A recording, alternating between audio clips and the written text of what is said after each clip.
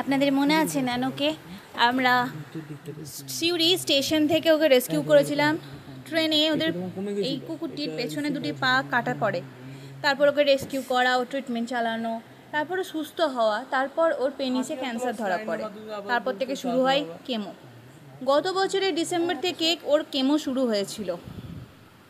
বর্তমানে বাচ্চাটি স্টেবল আছে, কিন্তু এখনও ওর কেমো চলছে ডাক্তারবাবুর পরামর্শ মতো। প্রার্থনা করবেন ও যেন সুস্থ থাকে, ভালো থাকে। ওকে আমরা নাম দিয়েছি ন্যানো। প্রচণ্ড মিশুকে একটা বাচ্চা, বারবার ও মৃত্যুর মুখ থেকে ফিরে আসছে। এরপর যেন ও সুস্থ থাকে। জীবনটা খুব কষ্টের, তো এমনিতে আপনারা সকলেই জানেন রাস্তার কুকুরগুলির জীবন খুবই যন্ত্রণাময় হয়। আমরা চেষ্টা করি তাদেরকে একটু ভালো জীবন দেওয়ার। আমাদের চেষ্টা যেন সফল হয়, আমরা যেন বিনা বাধায় কাজ করে যেতে পারি ওদের জন্য। আমাদের জন্য প্রার্থনা করবেন।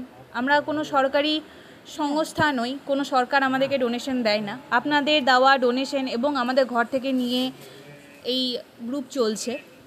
ধন্যবাদ আপনাদের সকলকে যারা আমাদের চ্যানেল দেখছেন।